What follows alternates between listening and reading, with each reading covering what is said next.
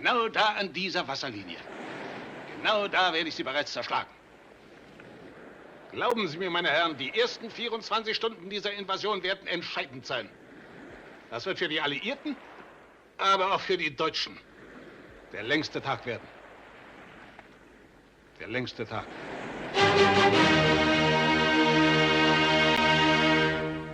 This is a quote from General Erwin Rommel that inspired the title of Cornelius Ryan's book about D-Day, titled The Longest Day, which then led to a movie to frame the story of D-Day through the direction of the book, which had the same name, The Longest Day.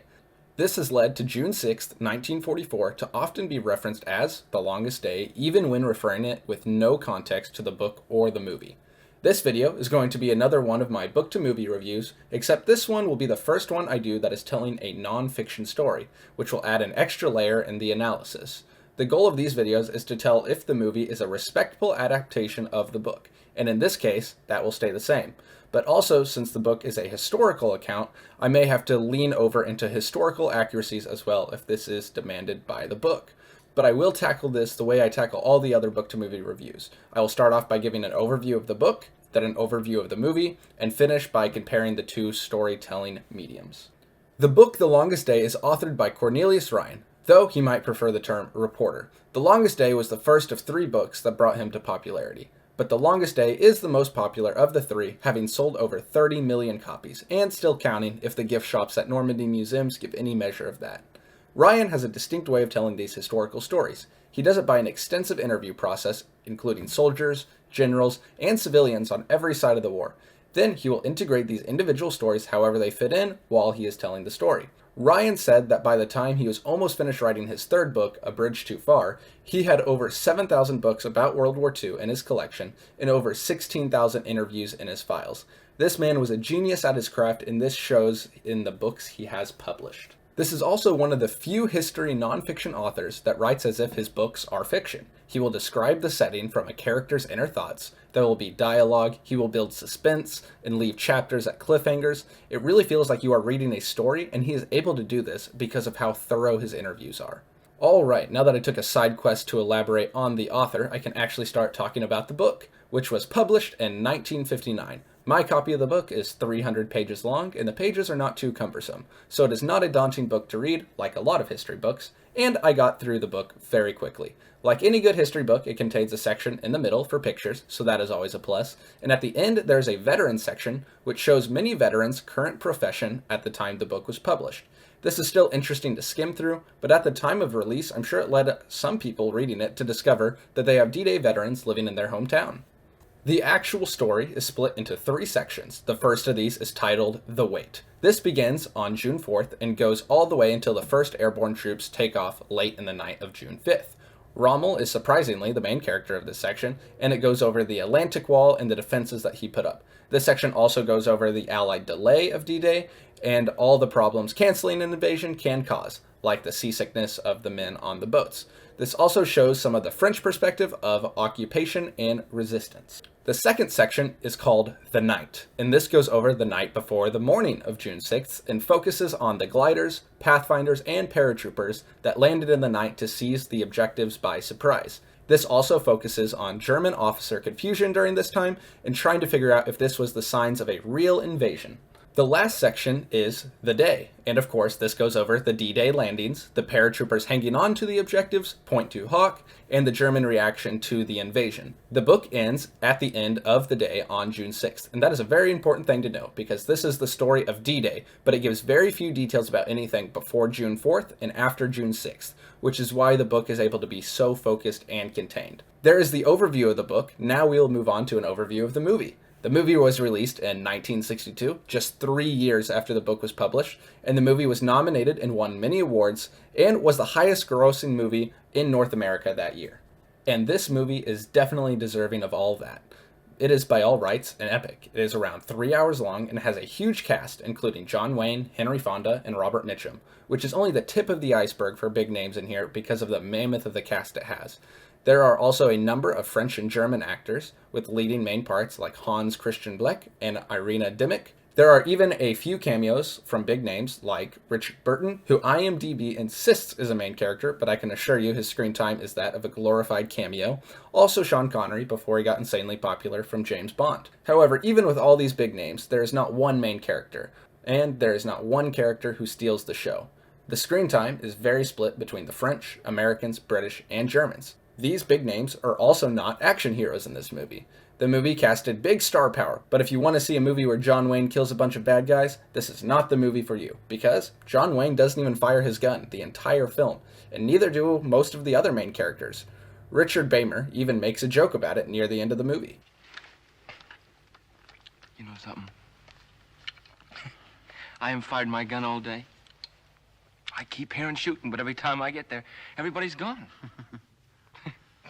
But don't let that make you think that this is a slow movie. The action scenes in this are magnificent and are huge in scale. There are multiple action scenes using hundreds of extras, and it uses some aerial camera work and takes long, smooth takes. It also uses all practical effects, so that makes the action so much easier to watch and adds a sense of realism to the fighting. One strength of this movie that excels more than any other D-Day adaptation shows you the sheer amount of time that American troops were on Omaha Beach. You almost forget about it because all the other soldiers are starting to meet up with paratroopers and capture their future objectives. But then it's in the third act of the movie that the story goes back to Omaha Beach and the soldiers are still pinned down. So that is a definite positive of this movie. Thing that'll shoot. I don't have to tell you the score, you all know it. Only two kinds of people are gonna stay on this beach. Those that are already dead and those that are gonna die. Now get off your butts. You guys are the fighting 29th. As you can probably tell, I do enjoy and appreciate this movie very much, but I must share my biggest complaint. In the scene I showed at the beginning of the video, where Rommel is giving his longest day speech, the green screen in the background is horribly bad. And the strange thing is, they filmed every other beach scene on location, so I don't know why they had to use a screen just for this scene. It is also the very beginning of the movie, so you're just thinking, oh no, it's time to buckle up for some cringy scenes. But this is the only scene that is visually unappealing, and I'm not sure why they went this direction with it.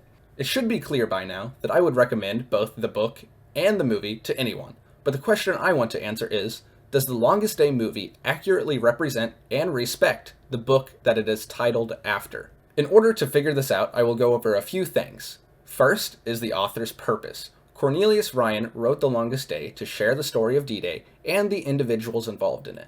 As mentioned earlier, this does not follow the planning or the setup of the operation. It doesn't even mention Patton's Operation Fortitude, his fake army pretending to invade Calais. It doesn't go over the breakthrough after D-Day or the failed objectives like not capturing Caen. The movie does the same thing and keeps a contained storyline. The book also focuses on multiple perspectives of the invasion, and the movie shows Allied, French resistance, French civilians, and multiple German officer perspectives. The only thing that this movie misses from the book is the American and British civilian reactions to the invasion announcements.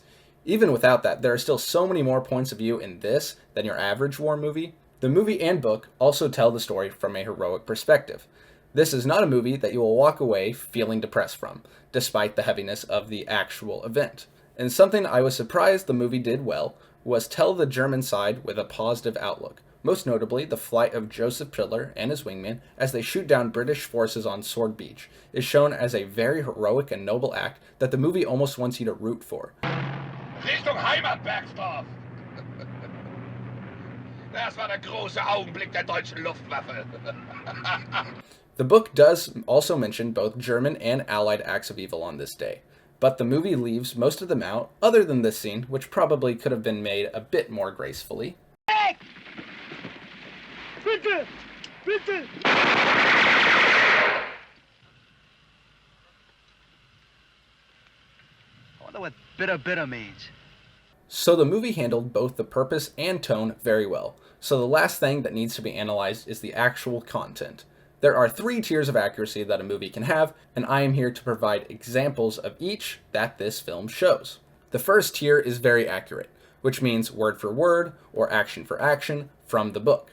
A lot of the officer meetings meet this tier, as well as the smaller scale action scenes like Pegasus Bridge, Point du Hoc, or the paratrooper landing at St. Mère Église. These 3 action scenes are definitely the 3 best in the film, in my opinion. The real-life events of these are short, concentrated, and significant, and they just translate very well to the silver screen.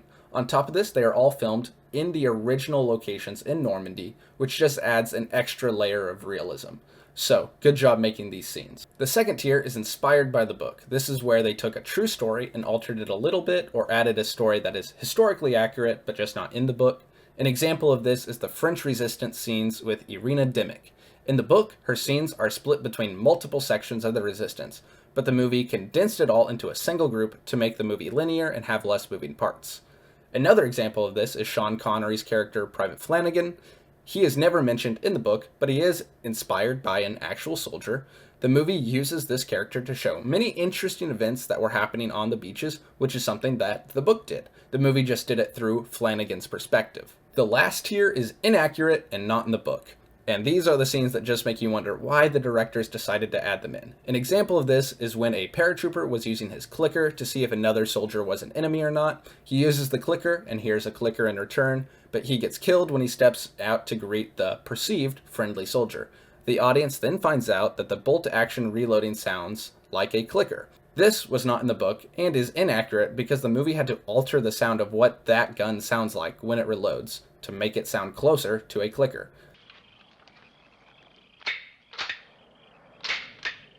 Let me know if I missed anything, but according to my research, this was never an issue on D-Day. Also, the Longest Day book just hardly mentioned clickers in general. Now, I provided an example of each of these 3 tiers to show that the film does have all 3 present, but a majority of the movie falls into tiers 1 and 2, meaning most of the movie is directly from the book or shows inspiration from the book, which this does make sense because Cornelius Ryan did help write this film. So I would hope he could keep it towards his vision. Before I conclude, I just wanted to do a rapid fire section of accuracy towards the book just for those who may be interested. The landing of John Steele on the church steeple. Accurate. He hung up there for a few hours before he was let down.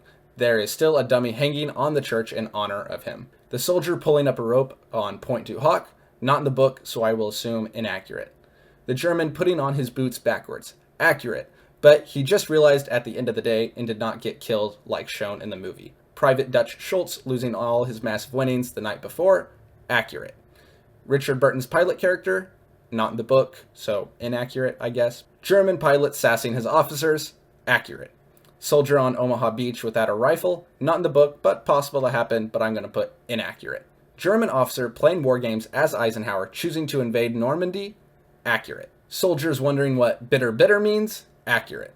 German and American soldiers walking right past each other without firing a shot. Accurate.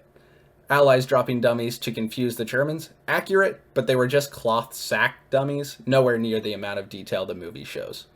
So, in conclusion, the movie is very respectful to the book. I would highly recommend the book and rate it 10 out of 10. The movie I also highly recommend to anyone who enjoys historical movies or action movies or just epics in general. I rate the movie 9 out of 10.